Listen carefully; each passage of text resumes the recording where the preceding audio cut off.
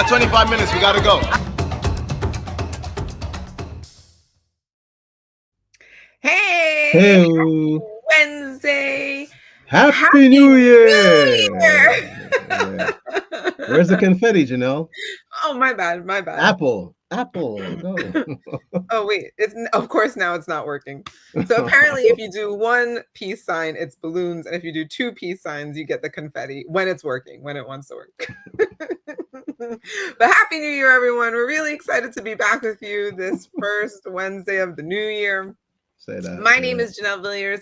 That over there is Winston Broderick. We are your hosts on the other side. Sorry, I just did that again. Channel. We are your hosts for Say That Channel. I love that. And we are unapologetic about the ugly come up of entrepreneurship. So you know how you've heard those stories about people who start from nothing and then all of a sudden have massive success. But what happens in the middle? What happens during the ugly come up?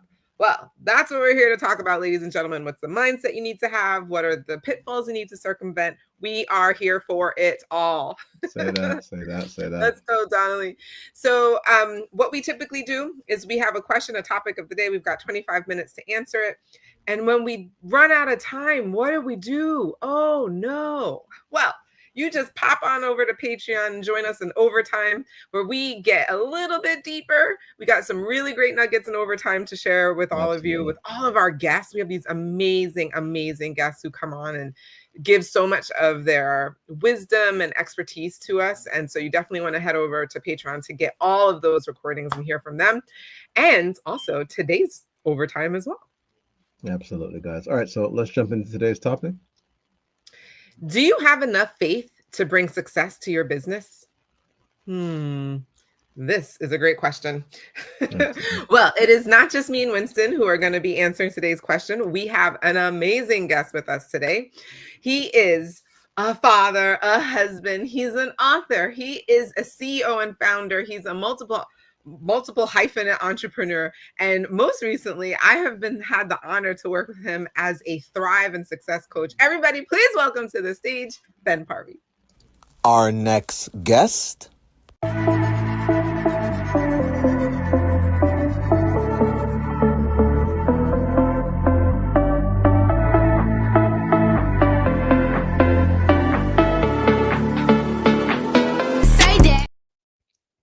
Hey, there he is. What's going on, Ben? Out in this with the slopes behind you. We love the scenery. We love the background. Hey, what's up, beautiful people? Happy New Year. Happy New Year. I know. Maybe it'll work this time. No, it's not working. Okay. Well, Ben, thank you so much for being with us. We are so excited to talk to you about today's topic. But for those who are unfamiliar with your story and your history, please tell us a little bit about your entrepreneurial journey. How did you get to where you are today? Well, it all started Halloween 1974 in a hospital in Memphis, Tennessee. That's where I was born. That's where it all started, Janelle. Anyway, yeah, I mean, the entrepreneurial journey, I mean, I guess I could say probably started as a kid, I would say, because my father was a doctor in private practice. And I remember going, after school, I would go over to his office and just sort of walk past the desk and all that, go sit in. He'd be reading x-rays and MRIs and stuff. And he used to pediatric radiologist, so he used to take care of sick kids. And I was fascinated then. And although I thought about being a doctor, I thought I could help a lot more people as a lawyer, meaning on a larger stage and be able to help people deal with tough issues. And so, I went to law school. I became a public finance attorney representing states, counties, municipalities in schools to do bond and finance transactions, which, incredibly boring, transactional, sitting at a desk drafting documents. And I knew I didn't want to do that the rest of my life. So I was chairing our county environmental commission 2006, 7. And by 2008, after being a lawyer for a few years, I got together with a buddy of mine from law school. And it's like, what do we do to start a clean energy development company? He was in land use law and had been an engineer. And we went to Wharton strategic business planning classes at night while we were still working in our firms and put together a business plan to do just that, to develop clean energy projects for the types of clients I had served for like schools, towns, hospitals, universities. And we quit our jobs in the summer of '08, right before the Great Recession started. Perfect time to quit your job and start a new business, right? And we thought we were going to, go out and raise money. And of course, there was no money because it was the recession and trillions of dollars just evaporated. So, it was, I always say that Blue Sky Power was forged in the fires of the Great Recession. So we just bootstrapped and we just figured it out. And, a little project here, which was like manna from heaven to get like, a couple $1,000s for doing a project, and like, oh, we're not going to, starve this week. And that's how it started. And, we've been doing it now for 16 years, and we've developed clean energy projects for schools and towns and senior living communities, and, things like solar and cogeneration and microgrids, all across the country, and doing that for a long time. And I kind of had an awakening a couple years ago. And, although I like developing clean energy projects and I know it's good for the environment, I wasn't having enough of an impact. I wasn't inspiring people to live as their true selves and to live the life of their dreams, and to practice that level of faith in themselves and their higher power that I felt like I had been called to share. So I wrote a book last year. It'll be out this year. And I've started doing inspirational speaking. I'm also doing coaching and inspiring people to thrive in 25 this year. So yeah, that's sort of my entrepreneurial journey to date. That's probably much longer than you wanted. I don't know, but No, that was great. No, that's the journey. Really That's the amazing. trek up the mountain. Well, cool. then I know it's really interesting. And I think your background then helps us, many people who are listening, then understand why you're the perfect person to answer today's question, which is, do you have enough faith to bring success to your business? What do you say, Ben? Yeah. So this topic of faith related to entrepreneurship, I mean, it seems like disjointed to people, like it wouldn't go together. Like, why are you talking about faith and entrepreneurship together? You got to talk about, strategic planning and hiring folks and, relating to customers and marketing and coming up with the right product, et cetera. But faith is essential to entrepreneurship. So I'm preparing to write my second book called The Spiritual Entrepreneur. And I've started taking notes on it. And it dawned on me after I finished my last book, Light in the Mirror, that, in Light in the Mirror, I carve out a chapter, a section on faith, meaning to live as your true self. You have to listen to your inner voice and your higher power in order to, live the life of your dreams. But that really goes for entrepreneurs. I mean, that's why a lot of us go into entrepreneurship in the first place, is for that freedom, freedom of time, freedom of relationships, freedom of purpose, freedom of money. And then we find out and get jaded pretty quickly in entrepreneurship that it's a tough slog and it's not all these things we had hoped that it would be. But what sustains you during those tough times, what allows you to even start that vision in the first place, what I realized, it's faith. It's faith in yourself, in your higher power, that allows you to share that vision with others, to share that vision with people, to inspire them to come work with you or partner with you or to be your clients. You have to have faith. So yes, there's a lot of business out there that is just about money and marketing and providing products and services. And, it seems soulless. And that's the case. But for entrepreneurs that truly thrive, it is those that have faith in themselves and their higher power. A big part of that I had this major mind-blown moment was I saw a Pew Charitable Research Trust study done in December of 2023, so the end of a year ago, that says that 88% of Americans, so it's a study on spirituality, 88% of Americans believe in God, faith, or God's spirit or a higher power. And after I read that, I was amazed. 88% of Americans don't agree on anything. 88% of Americans don't agree on anything. I mean, look at the election we just had. Look at almost any issue you can pose to people. And, you got a 50-50 split or 48-52. 88% of Americans agree, based on this study, that they believe in God, spirit, or higher power. They believe in something that we don't even see or isn't provable, but it is our faith that binds us. Mm-hmm. And why? Why is it our faith that binds us? Because that's what we're made of. We are made of the same stuff as stars and are meant to shine. The chemical makeup of our body, the hydrogen, the boron, the oxygen in our body is from exploded stars. It's the minerals that are on the earth. We're all made of the same stuff. We're all made of star stuff and are meant to shine. And it's that connection to the higher power, to the divine, to our creation that binds us. So in order to start a business, in order to be an entrepreneur, you've got to have a vision. And that doesn't come from typing on a computer. It doesn't come from, a book or something written. It comes when you close your eyes. It comes from your mind. It comes from your faith in yourself, in your higher power. So do you have enough faith to bring success to your business?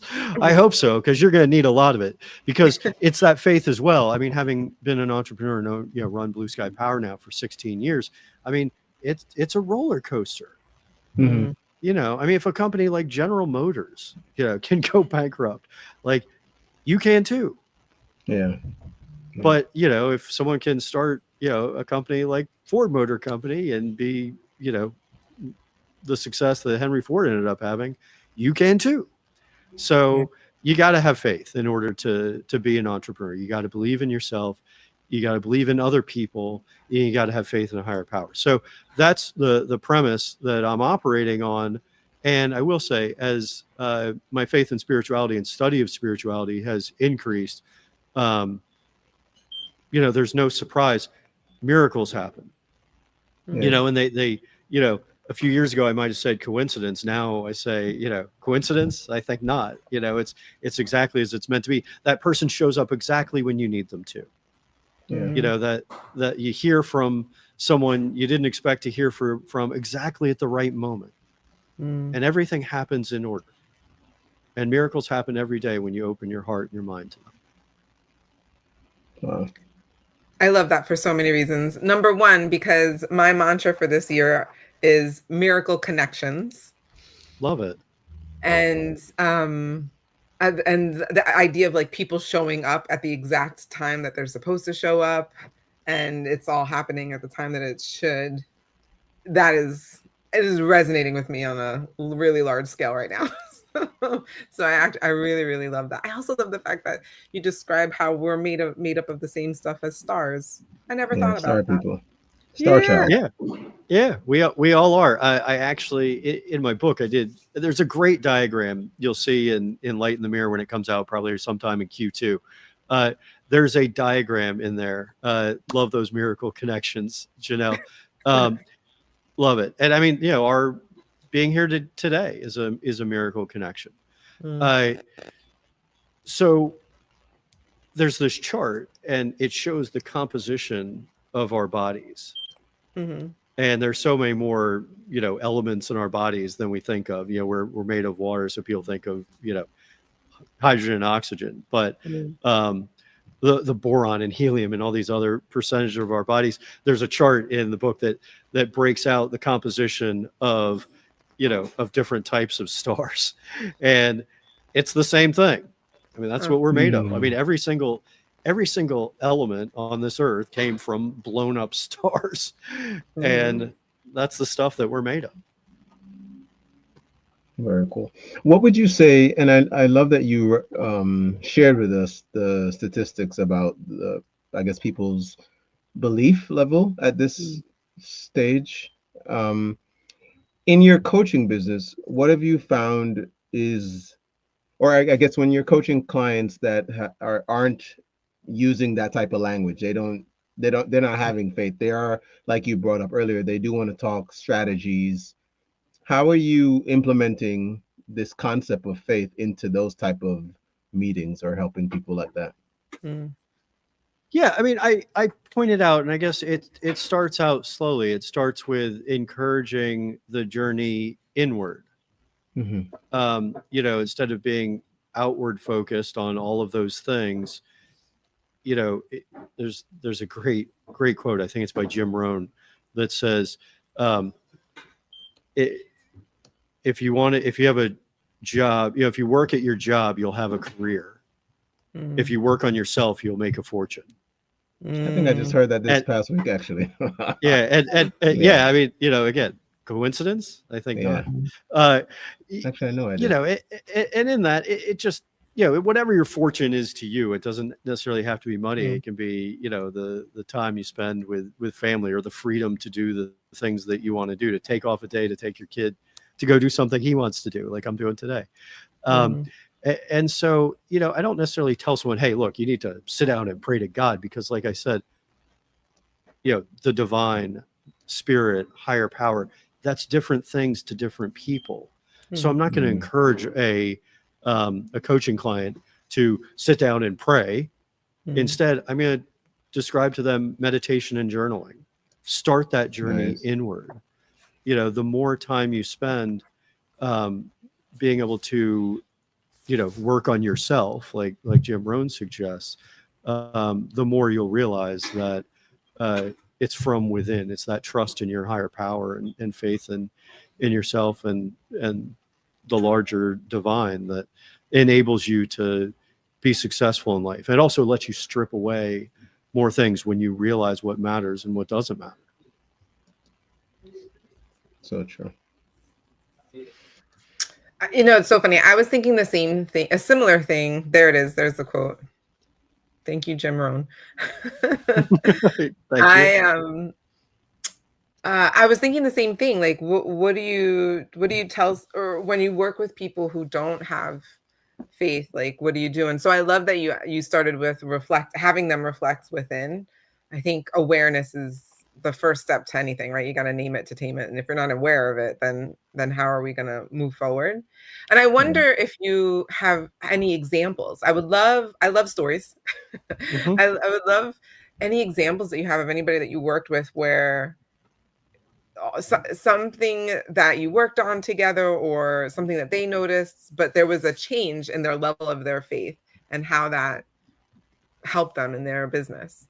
Yeah. So I have a sort of going back to the first and transitioning into this question, meaning the prior question, transitioning this one. I have a diagram that I've created. I'm not sure we're going to call it, something like the 3 triangles of awareness or something. Maybe we can share it with guests after, or put it up on the channel, but it's see, love, be. So the first triangle is see the divine at the top. Yourself, see the divine within yourself, and see your presence, like being fully present. And then the second triangle is love, loving yourself, loving your work, and loving your family. To have true success, you need to love those things that you do, or there's no reason to do them, right? You're just, in the Tao Te Ching, it says, stress about money and security, and your heart will never unclench. You can't just work to try to survive. That's why we have this class, Thrive in 25. So love, you have to love your work, love your family, but first love yourself. And that's part of the higher diagram of seeing. And the last one, be, and that is being fully present. Like I said, on the top of the first diagram goes into the third triangle, and that's be fully present, be your past challenges, see those and fully address them, and then move the heck on. Like, forgive yourself of anything from the past and just move on. It's all irrelevant. It's all irrelevant to be who you want to be. And then the last part of being is being your future self now. Don't wait. There's no reason to wait. And if you're working or doing these things so that you can be happy later, if I can just get to there, then I can be happy. If I can just get this success, if I can just get this promotion, if I can just make this amount of money, then I'll be happy. No, be that person now. Do you vision yourself in the future. Do those things now. Wear what that person wears. Act with self-confidence and happiness now. Don't wait. You can be there now. You wake up the next morning and you look in the mirror, you say, I love you, which is a big thing I'm a proponent of, and you'll be happy now. So anyway, see, love, be is the diagram, the methodology I'll coach people. Going to the second one, how, have I give you an example of a customer or a client I was dealing with. So client, really talented young woman. She's a, VP of business development for a national energy company. And she, I was working with her, and she was sort of, despondent, sort of bickering, with coworkers, wanting to improve her leadership skills. And I hit Faith head on in the beginning and starting to work on herself. And she started talking about, and she's Catholic. She started talking about, once we started working together, she was going to church more regularly. She was meditating. She was incorporating a big thing that I help people with is setting big goals, but then implementing daily habits that help you get to those goals. So you don't just set it and then hope you get there. You create little daily habits that help you achieve those annual goals, and then you make them quarterly and monthly and then weekly and daily. And so you start with those little steps that get you there. And she included, prayer and meditation in her daily practice. And she's had a substantial transformation in a few months that we've been working together. Oh, that's awesome. Ben, and also, sorry, for those of you who have questions, I see you guys. I know that you're on here. I love it. Please ask your questions in the comments, because we will ask Ben, and then you can get your answers from him live. Absolutely. So I wanted to ask, you've mentioned meditation a few times. Can you talk to us about, I guess, your philosophy on that and how it's beneficial to people? Sure. So, I refer to it as close your eyes to see. Close your eyes to see. So there are a few different methods of meditation. So I've been actively meditating for about 7 years now. And I mean, that transformation, there's a quote that I've come up with. I thought I heard it somewhere. I've researched it over and over, and I can't find a source. So I'm beginning to think that I came up with it. Nice. And I'm not quite sure. I feel like I read it somewhere, but maybe I just started saying it. Anyway, meditation is the highest form of prayer. It's communicating with God without asking for anything. A lot of times people pray, or I remember, praying with my kids. I tell them, when they were little to, say, thank you, God, for all these different things. But, invariably we work in, please help this person, or help me do this, or, if we can just get to here, do this, or please, with your grace, do X, Y, or Z. And so many prayers in different religions are, praying for or asking God for something. Or something. Yeah. Meditation is just closing your eyes and being with your breath. Your breath is the very essence of God. It was the very moment that you appeared in this world. You took your first breath. When God first entered you on your own, outside of your mother, was your breath. So being with your breath when you meditate, whether you just close your eyes and you think, breathe in, breathe out, breathe in, breathe out. Or you can focus on just feeling your belly rise and lower. You may even say to yourself, rising, lowering, or, rising, falling. So there are a lot of different ways to it. You can have a mantra, people pick a mantra, and you may recite that over and over again. And as you recite that over and over again, you become more and more detached from those, annoying little thoughts, call them ants, annoying negative thoughts that enter your head, and you quiet them. Just by focusing on the breath, you're quieting those constant thoughts. I mean, our minds are just on this constant replay of all of these things, all of these stressors, all of this fear, all of this angst, all of this anger. And when you quiet your mind, just open your heart and quiet your mind, just feel that breath coming in and going out, in and going out for a long period of time. And you start to feel free. And then you can observe those thoughts. And the judgments and observations of the mind are just judgments and observations of the mind. You exist beyond that. You aren't your thoughts. You aren't your negative thoughts. So those are ways to meditate. You can research it. There are lots of different ways, but those are some of the tools I've used over the years and some of the things I've learned from some of my teachers. No, I love that. Oh, I want to get to the question that Janelle keeps taking off. There you go. So from Donnelly, if you don't perceive a future you like, how can you use faith to gain vision? That's a good question. Yeah, thank you, Donnelly. I guess I would say the immediate answer to that, to go back to what we were just talking about, and that is close your eyes to see, Donnelly.